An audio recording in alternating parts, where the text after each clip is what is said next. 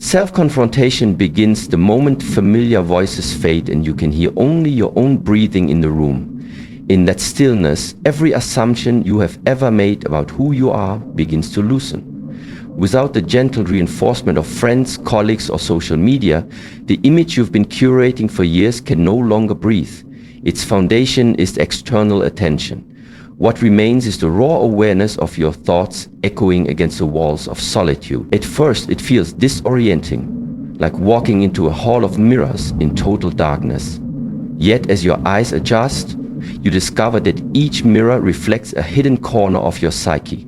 The insecurities you mask with humor, the ambitions you bury beneath realistic goals, the emotions you numbed because you were taught to call them weaknesses. Sitting with yourself for days, weeks, or months, you notice how easily the mind tries to escape to an old memory, to a future fantasy, to anything but the present.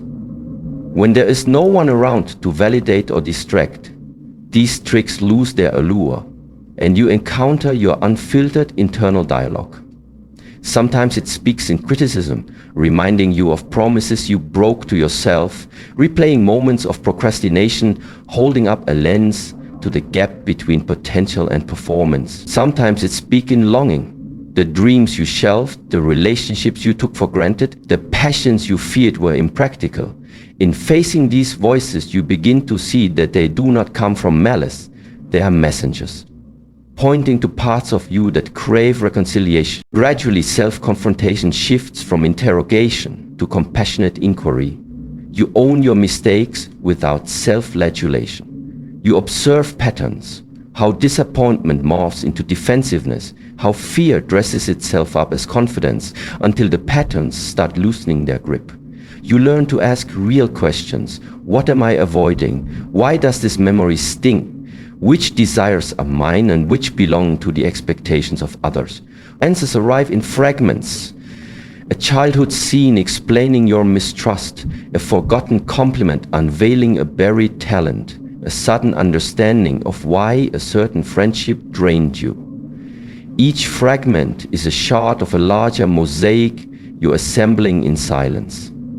As layers peel away, an authentic core emerges, not defined by achievements or roles, but by an intrinsic sense of being. You realize you can witness anger without being consumed by it, observe jealousy without letting it dictate action, hold grief without dissolving into despair. This discovery is the essence of personal sovereignty, the ability to experience the full spectrum of emotion yet remain anchored in self-awareness. Paradoxically, the deeper you go into aloneness, the more connected you feel to nature, to art, to humanity at large, because you finally meet the one person you had overlooked in all your relationships, yourself. When you are alone for a long time, something profound begins to happen. Emotions you had suppressed for years, perhaps decades, begin to rise to the surface. These emotions don't always arrive gracefully. They come in waves, sometimes as sudden pangs of sadness, other times as deep surges of anger or regret. In the noise of everyday life, these feelings had no room to speak. They were buried under distractions, drowned out by conversations, silenced by endless scrolling, deadlines, noise, and obligations.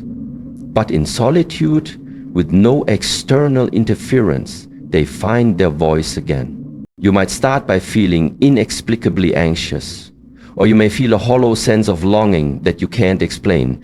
These are signs that something hidden is asking for your attention, that pain you ignored years ago when you pretended you were fine, that disappointment you laughed off, though it broke a part of you, that guilt you pushed aside, thinking time would erase it.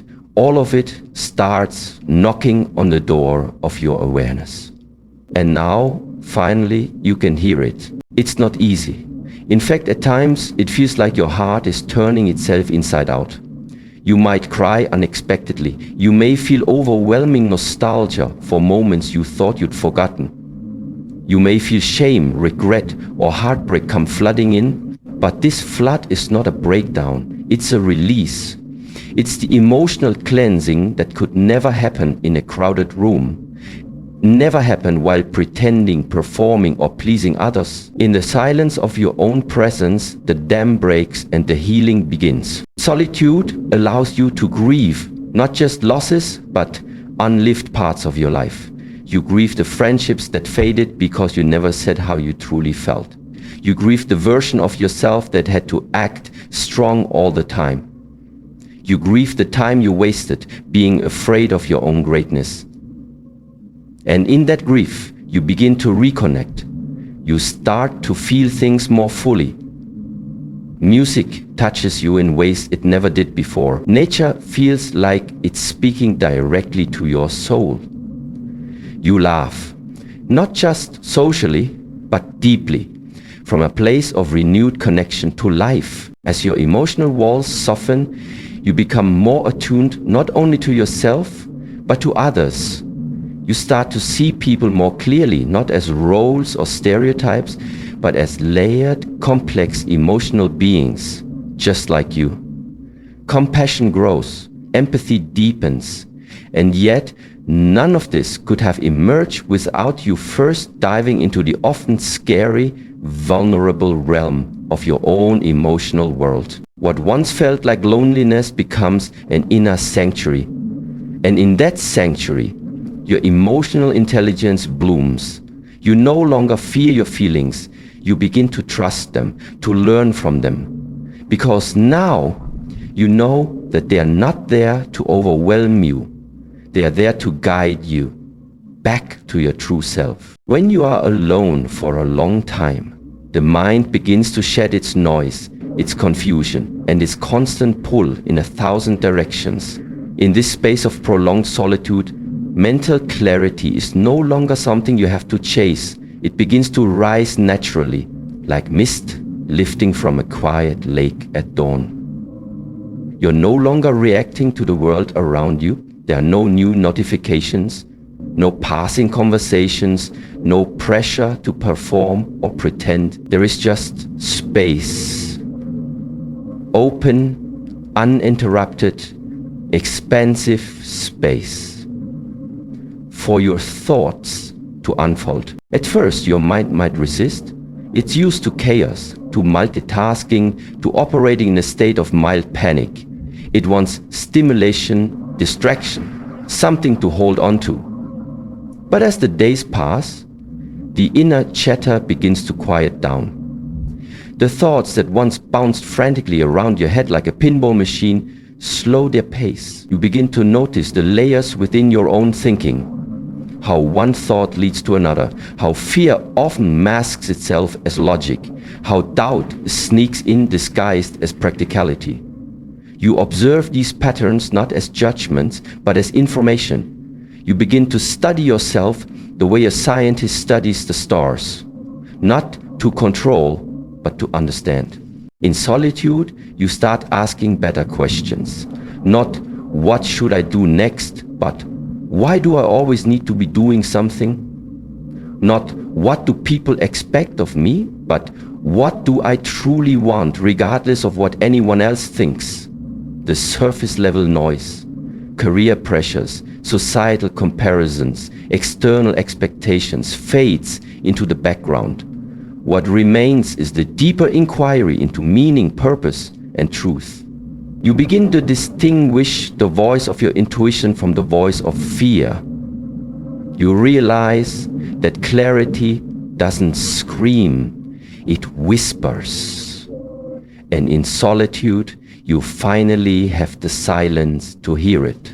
You might find yourself revisiting decisions you made from a place of pressure or fear, now seeing them from a new angle. You might discover that what you've been chasing all this time was never really aligned with your true values.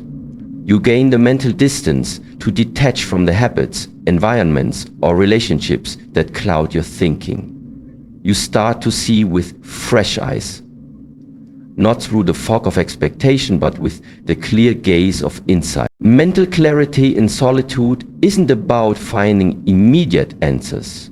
It's about being brave enough to ask the real questions and still your mind long enough to hear what rises in response. You learn to let go of urgency. You stop racing against time. Instead, you begin flowing with a deeper rhythm, one that values reflection, presence, and truth. As your clarity deepens, decisions become easier. Not because life is less complex, but because you know yourself better. You know what you stand for. You know what you will and will not accept. You know the difference between a yes spoken from fear and a yes spoken from alignment. This level of self-acknowledge doesn't come from books or opinions.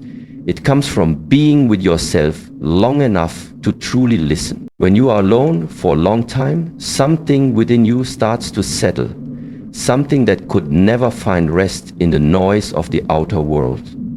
You begin to understand that peace isn't a place you arrive at by escaping difficulty or surrounding yourself with comforts. It is a state of presence, born from deep awareness and acceptance. In solitude, you stop searching for peace in external things. You stop assuming that it lies at the end of achievement, in the arms of another person, or hidden behind future success. You begin to realize that peace has been with you all along, patiently waiting beneath the surface of your busy, distracted life. At first, solitude may feel like a storm. The mind runs wild. Emotions rise and fall unpredictably. Old regrets and unhealed memories return like ghosts. But if you stay with yourself, if you don't run, if you breathe and observe without judgment, you will find something surprising beneath the chaos.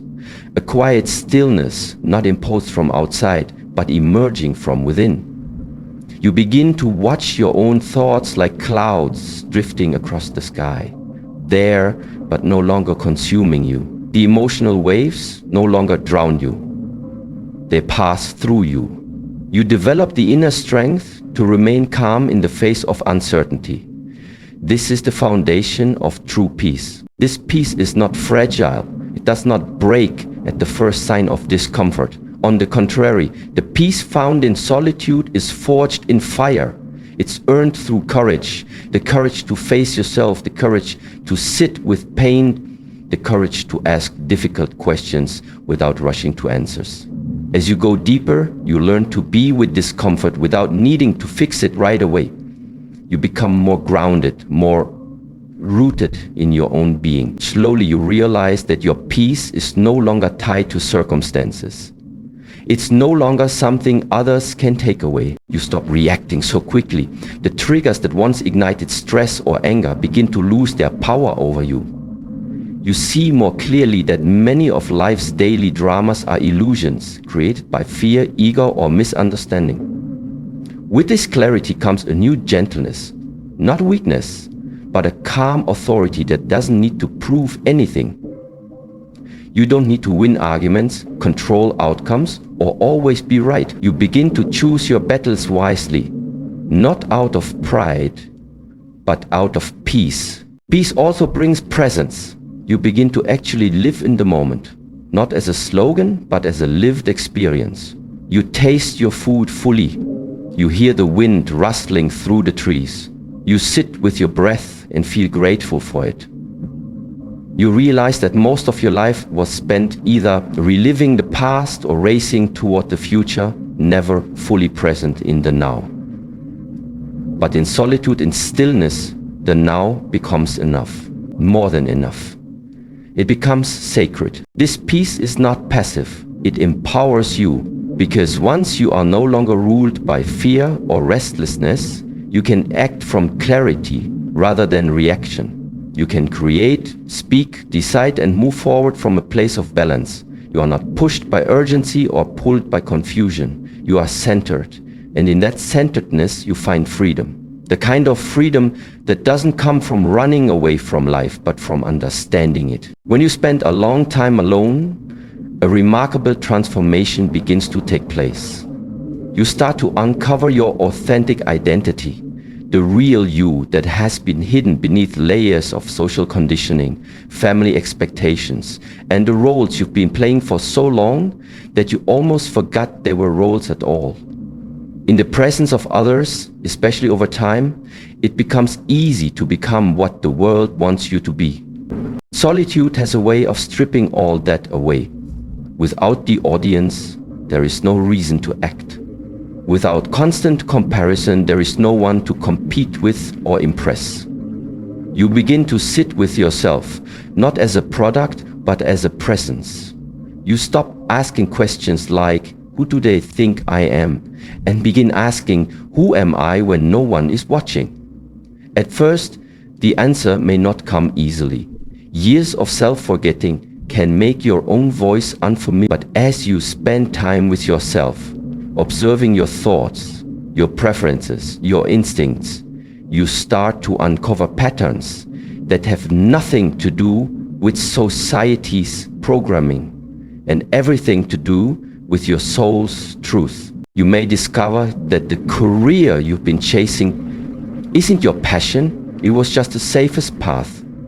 You might realize that the personality you've cultivated, outgoing, agreeable, ambitious, wasn't always you. It was a shield.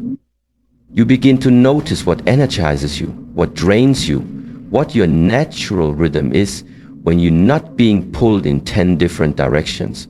You may find, for example, that you are more introverted than you thought, or more creative, more sensitive, more spiritual. These realizations can be startling at first, especially when they clash with the identity the world has assigned to you. But over time, you begin to see that this authentic version of you is far more powerful than any image you could project. The authentic self is not perfect. It has flaws, shadows, and scars, but it is whole. And in solitude, you start to accept this wholeness. You no longer feel the need to edit yourself, to smooth your rough edges, or to constantly prove your worth. You realize that your value isn't conditional. It doesn't increase when you succeed or disappear when you fail. It simply is. That realization begins to free you from insecurity, from the need for validation, from the exhausting performance of being someone you're not. What emerges is a grounded sense of identity. You begin to know what you truly believe in, not because someone told you to, but because you've examined it yourself. You begin to speak with more conviction, love with more sincerity, and live with more alignment. Your choices become clearer, not because life gets easier, but because you now have a compass inside you. A compass that always points to what feels real, what feels right, what feels like you. And perhaps the most beautiful part of this process is that when you do eventually return to others, you no longer need to lose yourself to be close to them. You don't shrink, mold, or perform. You show up as your whole self. And in doing so, you give others permission to do the same. When you spend a long time in solitude, a profound internal shift takes place. You begin to cultivate self-reliance in its purest form. Not just in terms of practical independence, but emotional, mental, and spiritual self-sufficiency. In a world where we are often conditioned to seek approval, reassurance, companionship, and distraction from others, solitude removes those external crutches. At first, it can feel like something essential has been taken away. You may feel exposed, uncertain, even vulnerable.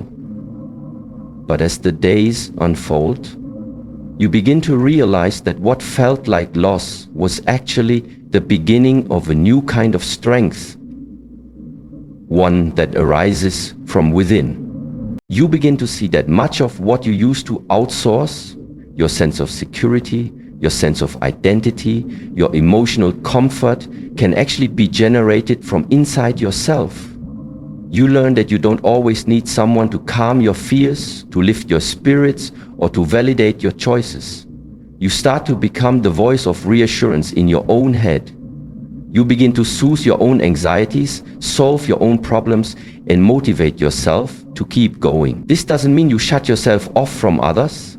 It means you no longer depend on them to define you or carry your weight. The foundation you stand on becomes sturdier because it is built from your own inner resources. You also begin to develop problem-solving skills that are no longer shaped by the influence of too many opinions. Without the background noise of advice, expectations, or social pressure, you are free to think creatively and independently. You rely more on your own intuition and judgment. You experiment. You take responsibility. And even when you make mistakes, you learn to hold yourself accountable without self-punishment. You stop blaming others or circumstances and begin to see that you have far more agency than you once believed. Emotional self-reliance deepens too.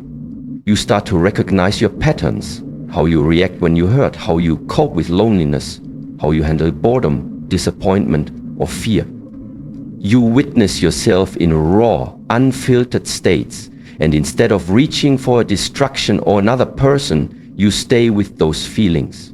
You begin to see that emotional pain doesn't destroy you, it passes like weather. In the passing, you realize you become stronger, more resilient, more grounded. You stop being afraid of your own emotions because now you trust your ability to handle them. You understand that peace is not found in avoiding discomfort. It's found in being able to move through it with grace. Over time, this self-reliance gives you an unshakable sense of confidence. Not the loud, boastful kind, but the quiet, steady kind that doesn't need to prove anything. It's the confidence of knowing that no matter what life throws your way, you can meet it without falling apart. You may still welcome help and companionship, but you no longer need it to survive emotionally or mentally. You know who you are and you know what you are capable of. That kind of knowing cannot be bought, borrowed, or taught. It is earned through the deep and sometimes painful journey of being alone long enough to face yourself fully. Eventually, you stop fearing solitude. You begin to embrace it as a sacred space. A place where you recharge, reflect, and reconnect with your inner strength. And when you do re-enter the world of noise and people, you do so with a grounded presence, not swayed by trends or torn by approval. You carry your center with you because you have built it alone, brick by brick, in the quiet. When you spend a long time alone, you begin to recognize the incredible power of observation. Not just of the world around you, but of your own internal life. With fewer distractions, fewer conversations, and less sensory overload, your awareness sharpens. You become more attuned to the subtle details that once escaped your attention, the rhythm of your breath, the shifting tones of your emotions, the exact moment a thought enters your mind, the way your body reacts to certain memories or ideas. In solitude, you are no longer lost in conscious reaction. You become a conscious observer of your own experience. This power of observation slowly becomes a form of inner mastery. You learn to watch your thoughts instead of becoming them. Instead of immediately believing everything you think, you begin to notice patterns. For example, you may observe how a single negative comment from the past still loops in your head, or how a fear of failure quietly influences your decisions. But now, instead of running from these thoughts or trying to drown them out, you learn to face them with curiosity. You ask questions like, where did this belief come from? Is it even true? What would my life look like without it? You become more objective, more thoughtful, and less impulsive in how you respond to yourself and to the world. With this deeper level of awareness, clarity begins to replace confusion. You start noticing how your energy shifts around certain people or environments. You see which habits serve you and which ones sabotage your peace. You no longer operate on autopilot. You begin to take conscious control of your time, your reactions, and your priorities. Life doesn't feel like a blur anymore. It feels intentional. You don't just live each day, you study it, you learn from it, and you evolve through it. The world outside, too, becomes more vivid. You notice the colors in the sky, the way light falls on objects, the emotions in a stranger's face, the harmony of silence between sounds. These details were always there, but you were too distracted to see them. Solitude restores your sensitivity to life. It makes you present. And that presence enriches every experience you have, whether it's as simple as sipping tea or as profound as contemplating your life's direction. Observation in this context is not passive. It is transformational. When you become more aware of your thoughts, you begin to choose them. When you notice your emotional triggers, you learn how to disarm them. When you observe your recurring choices, you understand the consequences they bring. And through this observation, you become empowered, not by force, but by awareness. You no longer feel like a victim of life's chaos. You become a participant, a designer, a conscious co-creator of your inner and outer world. This expanded awareness also deepens your relationship with truth. You start to notice when you're being dishonest with yourself. You catch yourself when you're hiding behind excuses or playing small out of fear. And because you are no longer trying to impress anyone, you have the freedom to be radically honest. You admit what you truly want. You acknowledge what you've been avoiding.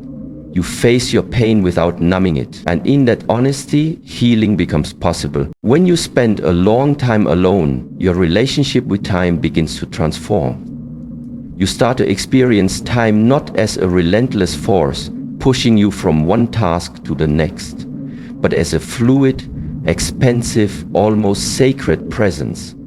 In the busyness of everyday life, time often feels like an enemy, something we're constantly fighting against, trying to manage, outrun, or make the most of. We rush through our days, multitasking, filling every gap with distraction, always anxious about the next obligation. But when you're alone for extended periods, those external pressures fade. There are fewer appointments, fewer interruptions, and fewer obligations. For the first time in a long while, you have time to simply be. At first, this can feel disorienting. Without a packed schedule, without others dictating your routines, you may find yourself unsure of what to do. But slowly, something beautiful begins to happen. You start to feel the natural rhythm of your body, mind, and soul. You sleep when you're tired, not when your schedule allows. You eat when you're hungry, not just because it's lunchtime. You create, think, walk, or rest according to an inner clock, not an external one. You begin to align with your own pace, rather than the hurried pace of the outside world. This shift in your experience of time leads to deeper moments of presence. You become fully immersed in whatever you're doing, not because you're trying to be productive, but because you're truly engaged. Washing dishes becomes a form of meditation. Reading becomes an act of communion with ideas. A simple walk becomes a journey through sound, light, and breath. You're no longer rushing toward the future or ruminating on the past. Time slows down, and you slow down with it, not from laziness, but from mindfulness. As you settle into this slower rhythm, you may notice that your creativity begins to flourish. In solitude, there are fewer deadlines, fewer critics, and fewer constraints. Your mind is free to wander, to play, to explore new ideas without fear of judgment or failure. You might pick up a forgotten hobby, try writing poetry, start painting, or dive deep into books you never had time to read. This isn't forced creativity, it's organic, arising naturally from the spaciousness you've allowed yourself to enter. You begin to experience what it means to create from abundance, not from pressure. This relationship with time also helps you heal. Emotional wounds that were buried under the busyness of daily life start to surface, not to torment you, but to be witnessed and released. You have the time to sit with your sadness, to understand your anger, to process your grief. And because there is no rush, no need to get over it quickly, the healing is deeper and more complete. You're not patching up your pain just to get back to work. You're truly tending to it, gently, patiently, fully. Eventually you begin to see time not as something that slips away, but as something that expands when you are fully present. An hour spent in focused solitude can feel more meaningful than an entire day spent in distracted busyness. You realize that it's not the quantity of time that matters, but the quality of your attention within it. You become more intentional with how you spend your moments, no longer wasting them on people, habits, or activities that drain you time. Once your adversary becomes your ally, a quiet, generous space in which transformation can occur. And perhaps most importantly, you begin to carry this new rhythm back into the world when solitude ends. Even amid the noise, responsibilities, and pace of everyday life, something inside you remains calm, centered, and deeply aware of the preciousness of each passing moment. So if you are alone for a long time, don't fear it. Embrace it. Let solitude become your teacher, your mirror, your quiet companion. In the stillness, you will discover truths about yourself that the noise of the world kept hidden. You will develop inner strength, deep awareness, creative energy, and a sense of peace that no one else can give you. This journey may be difficult at times, even painful. But what you find on the other side is something no one can take away from you, a grounded, unshakable version of yourself. And when you finally step back into the world, you'll do so not searching for someone to complete you, but walking tall, whole, and aware that everything you ever needed was already within you.